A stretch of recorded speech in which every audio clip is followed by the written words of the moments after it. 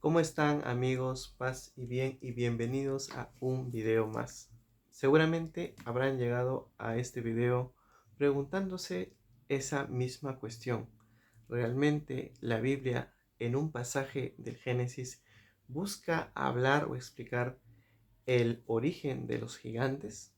Vamos a ver a continuación este controversial texto que hace referencia posiblemente a que la Biblia busca dar la explicación, digamos, religiosa por qué existen los gigantes en el planeta Tierra. Sin embargo, hay que mencionar algunos datos interesantes.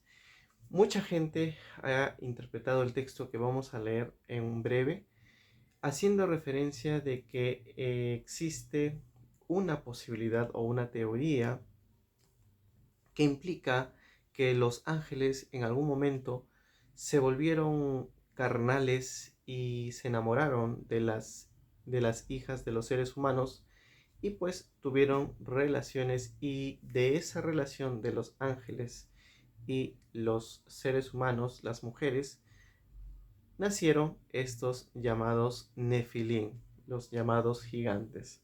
Vamos a leer el texto bíblico porque justamente vamos a darnos cuenta que el problema no está en tanto en la existencia o no de los gigantes, sino en el cómo se dieron las cosas. Dice así, en el libro del Génesis, les invito a que puedan buscar su Biblia.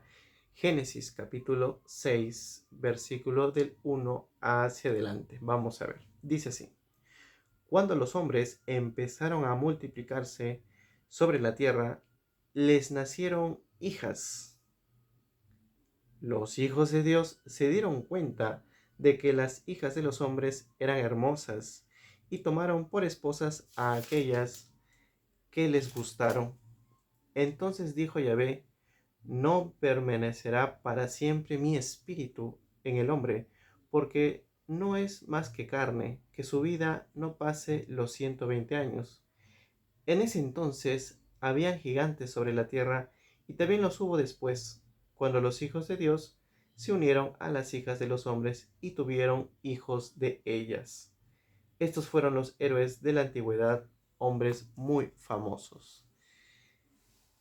He mencionado una teoría justamente o una interpretación bíblica de este texto que habla que los gigantes o los Nefilim son los hijos de Dios, es decir, los ángeles, y las hijas de los hombres, es decir, las mujeres, seres humanos. Y de ese amor, digamos, de ese matrimonio, esa unión, nacieron los llamados gigantes. Sin embargo, esta interpretación, esta inferencia, nace en base a un problema, de hecho, a dos. Como recordarán, en los evangelios, nuestro Señor Jesucristo claramente dice que después de esta vida seremos como ángeles y no habrá necesidad de casarse. Por lo tanto, nuestro Señor Jesucristo, verdadero Dios y verdadero hombre, confirma que los ángeles, en primer lugar, no se casan, y las personas que llegamos a la santidad, que llegamos al cielo, pues no nos ata ningún vínculo de matrimonio, así como los ángeles. Por lo tanto, los ángeles no pueden enamorarse ni casarse. Y esto es muy simple porque los ángeles son seres espirituales, como dice San Pablo. Existen seres terrenales y existen seres celestiales. Estos seres celestiales, los ángeles, no tienen cuerpo, no tienen corporalidad. Por tanto, no tienen deseos humanos, no tienen esa necesidad de tener una familia, de procrear, etc. Entonces, ahí vemos claramente que esta teoría de la existencia de los gigantes es destruida finalmente por nuestro mismo Señor Jesucristo. Hay otra respuesta que también va a destruir esta idea de que los ángeles se casaron con las mujeres humanas y nacieron los gigantes o los Nefelín. Esta teoría que acabo de mencionar también nace porque mucha gente ha utilizado el libro apócrifo de un gran un gran personaje bíblico que también ha causado polémica, que es el libro de Enoch. Si bien es cierto en las epístolas de Judas es citado a Enoc, pero no significa de que todo el libro de Enoc sea realmente inspirado por Dios. Resulta que muy probablemente cuando la epístola de Judas en el Nuevo Testamento cita a Enoc, probablemente se esté refiriendo a un documento principal de inicio del libro de Enoc, que hasta ese entonces probablemente mantenía cierta, digamos, autenticidad o cierta, digamos, eh, cierta validez, digamos, para ser citado. Pero con el pasar del tiempo se fueron adicionando más textos a todo el compendio del famoso libro de Enoch, haciendo que ya todo el texto sea un documento apócrifo. Entonces mucha gente agarra el libro apócrifo y dando la excusa de que como es citado por Judas, pero como vemos Judas no cita todo el libro, sino cita solamente un pequeño fragmento, entonces podemos deducir que ese pequeño fragmento o muchos pequeños fragmentos dentro del libro de Enoch sí son inspirados por Dios, pero el resto no lo es, por lo tanto todo el documento lo es un documento apócrifo. Entonces, esto genera que cuando interpretan este versículo del Génesis basándose en un libro apócrifo, pues hace que se genere esa interpretación de que los ángeles se casaron con los seres humanos, del cual efectivamente aparece en el libro apócrifo de Enoch y nacieron los gigantes o los nefilim. Pero vamos a leer más aún el texto con claridad y vamos a darnos cuenta de un asunto más que de interpretación, sino más bien de entender la intención. Dice así, más adelante, dice lo siguiente, lo voy a leer una vez más. Los hijos de Dios se dieron cuenta que las hijas de los hombres eran hermosas y las tomaron como esposas a aquellas les gustaron. Entonces Dios dijo, no permanecerá para siempre mi espíritu en el hombre, porque no es más que carne, que su vida no pase los 120 años. En ese entonces, hay un punto ahí, en ese entonces había gigantes sobre la tierra y también los hubo después cuando los hijos de Dios se unieron a las hijas de los hombres.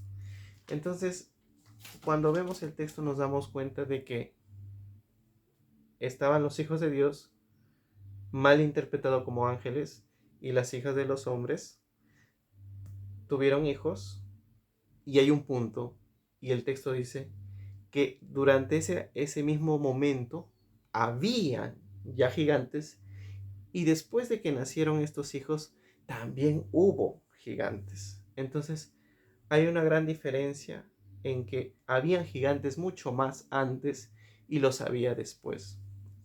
La Biblia no busca dar a entender si hubo o no hubo gigantes, no busca, no es su finalidad, pero sin embargo, la misma Biblia habla en el Antiguo Testamento innumerables veces la cita de muchos gigantes, sin recordar, por ejemplo, la pelea de David contra Goliat.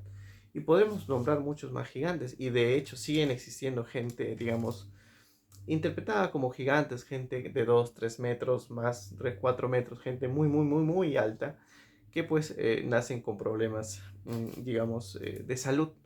Entonces, vemos ahí una gran diferencia. Pero ¿cuál es la intención de esta cita bíblica? Desde la óptica de los padres de la iglesia, como San Agustín, entre otros, han interpretado que los hijos de Dios son aquella descendencia que nace de Set. Set es el tercer hijo que tuvieron Adán y Eva. Set va a ser, digamos, el que va a reemplazar a Abel, porque Abel había fallecido, Caín lo había eliminado. Set tiene una multitud de hijos, una descendencia. Por eso es que antes de este texto, si ustedes retroceden unos versículos más atrás, habla sobre la descendencia de Set. Esta descendencia de Set son los llamados hijos de Dios. ¿Y quiénes son las hijas de los hombres? Pues aquellas otras tribus, algunos piensan que pertenecen a la tribu de Caín y que eran gente corrupta, que era gente pecadora, y pues Dios se molesta que la descendencia de Set, que era pura, que era, digamos, los que mantenían el deseo de conocer a Dios, de amar a Dios, de adorar a Dios, se juntaran con gente que no conocía a Dios, que tenía otras costumbres paganas y que incluso tenía muchos otros dioses.